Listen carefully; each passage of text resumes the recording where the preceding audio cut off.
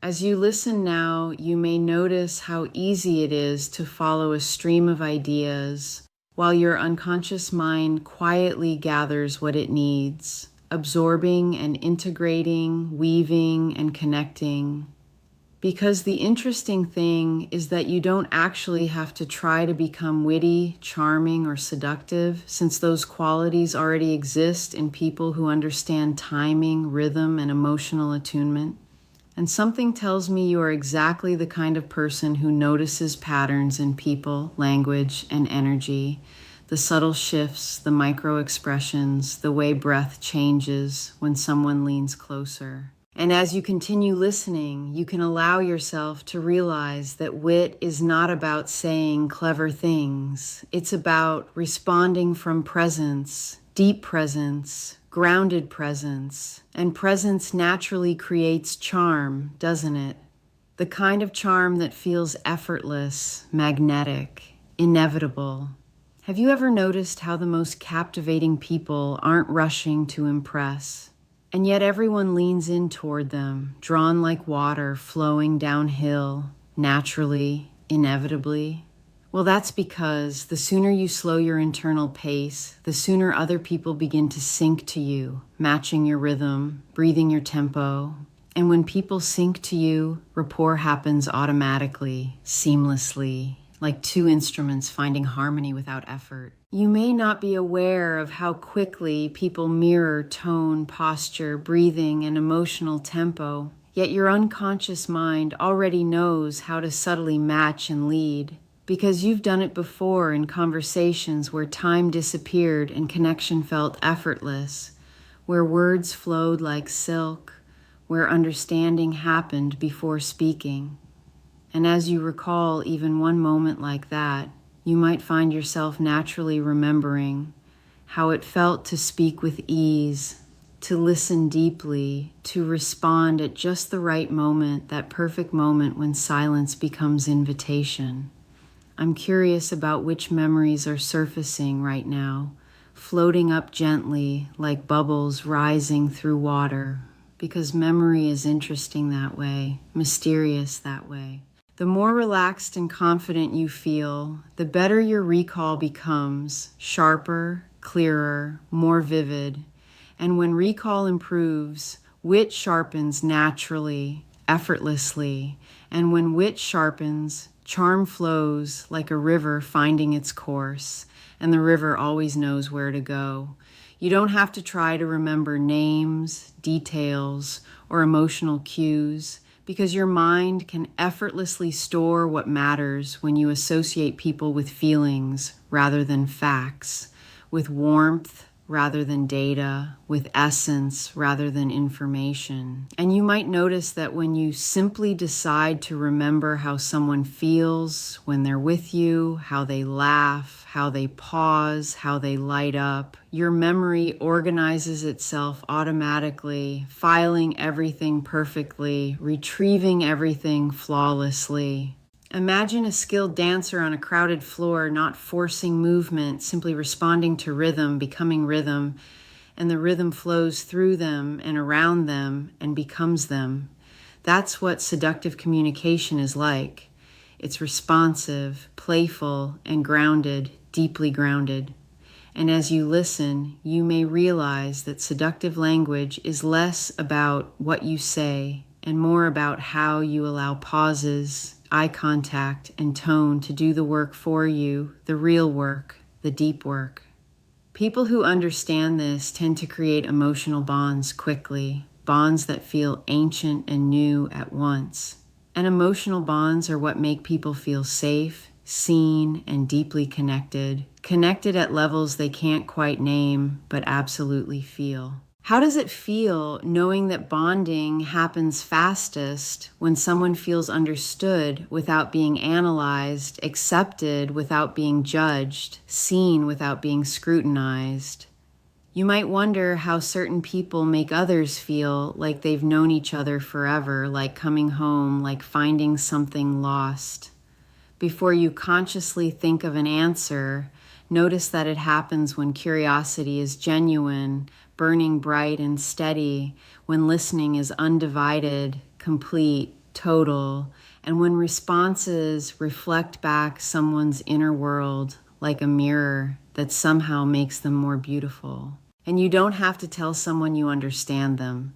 You can simply reflect what they value, echo what matters, amplify what they hold dear. Because people bond to those who mirror their values, their dreams, their secret hopes. And as you continue to listen, you may find yourself naturally wanting to reflect warmth, interest, and calm certainty in your voice, that quality of voice that makes people feel safe and excited simultaneously. I'm not going to tell you to be irresistible, because that would be unnecessary, redundant even. Some people naturally become irresistible when they allow others to reveal themselves fully, when they create space for truth, space for vulnerability, space for the real person beneath the social mask.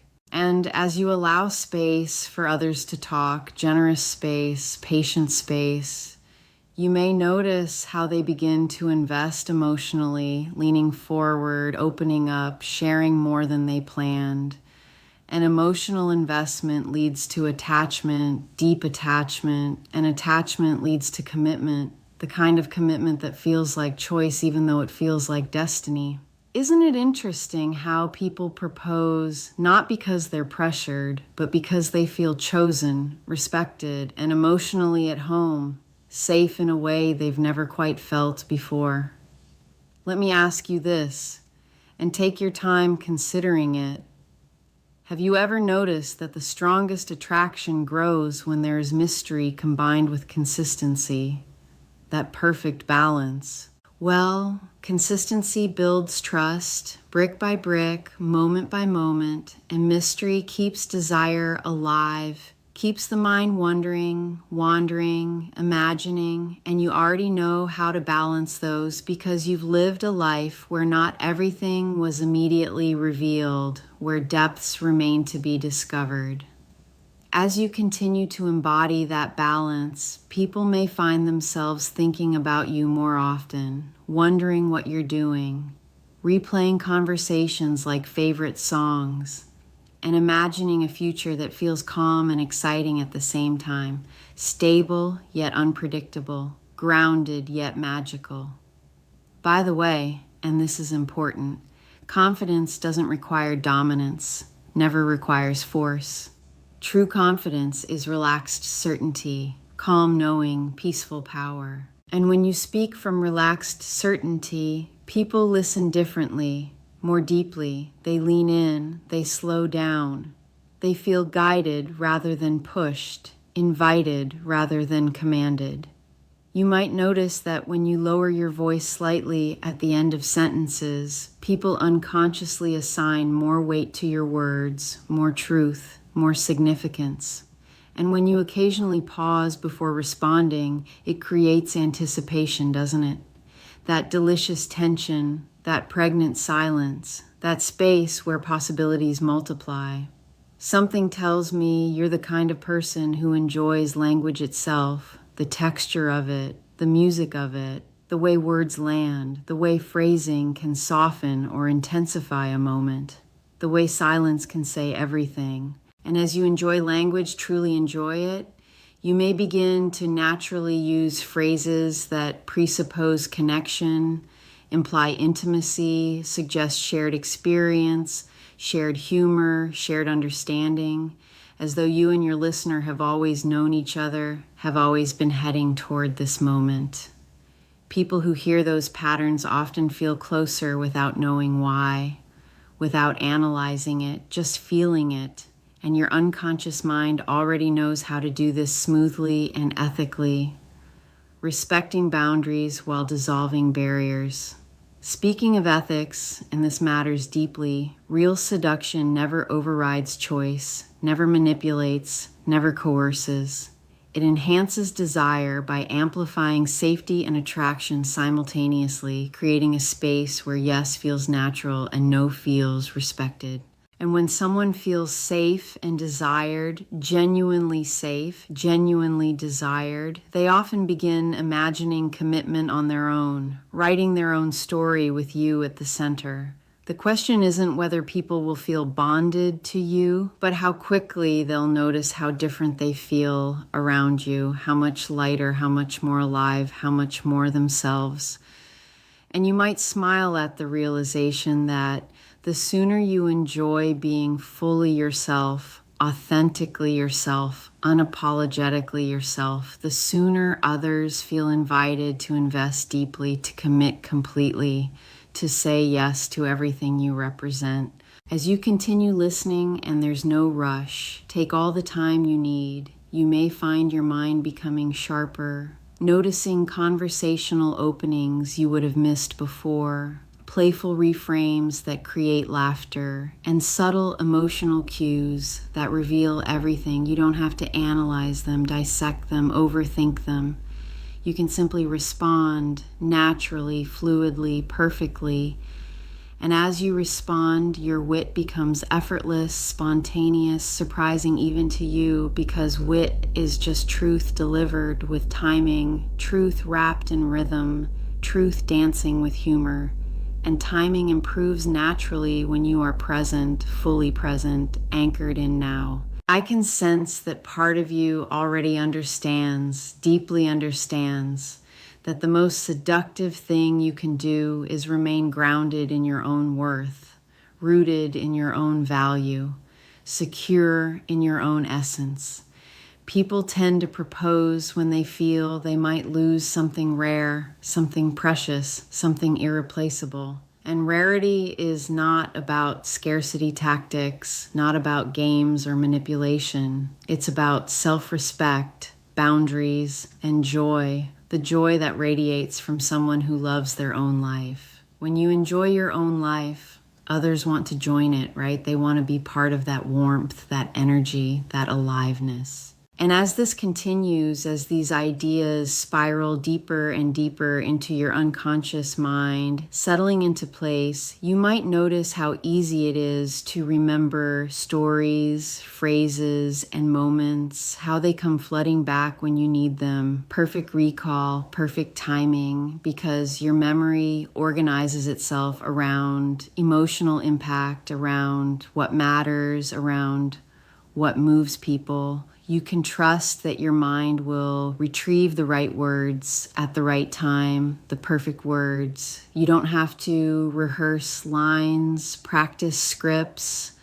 memorize techniques, because authenticity always lands better than scripts, always penetrates deeper, always creates more lasting bonds. And here's something wonderful, something you may have already noticed.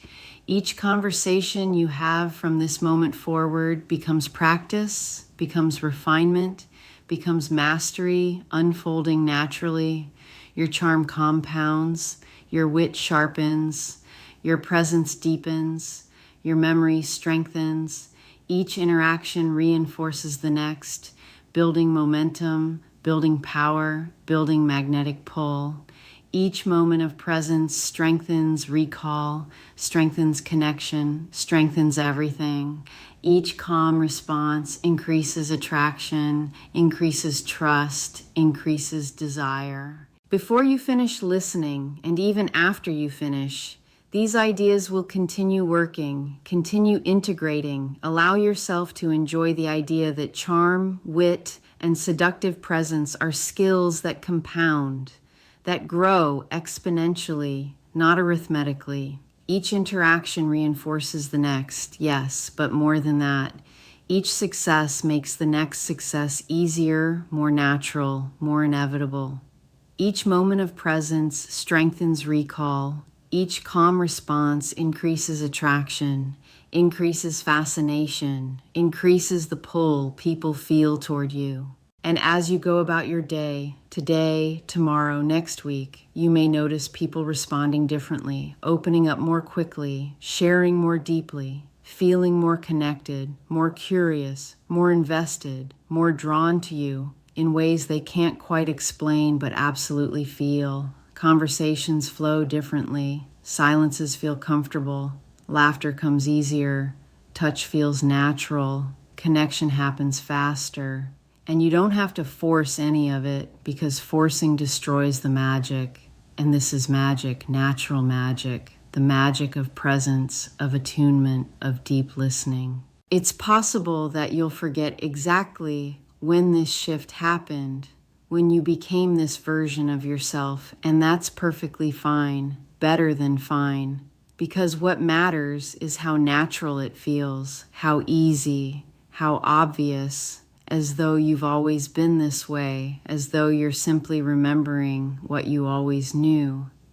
And when it feels natural, you know it's real, you know it's integrated, you know it's permanent. And that realization alone tends to change everything, doesn't it? Changes how you walk, how you speak, how you meet someone's eyes, how you smile, how you pause, how you breathe. And even now, as these final words settle into your mind, you might notice a quiet confidence building, a sense of anticipation, excitement even, for the next conversation, the next connection, the next moment when someone's eyes light up as they talk to you, as they lean closer, as they realize that talking to you feels different, special, rare, and that feeling, that recognition in their eyes becomes fuel, becomes confirmation, becomes proof that these changes are real, are working, are transforming your interactions in ways you'll continue discovering. So take a deep breath and another, and notice how relaxed you feel, how clear, how ready, how capable, knowing that everything you need is already within you, already activated, already working, and all you have to do is show up, be present, and allow your natural charm, your natural wit, your natural seductive presence to flow through you like water, like music, like something that was always meant to be, doesn't it?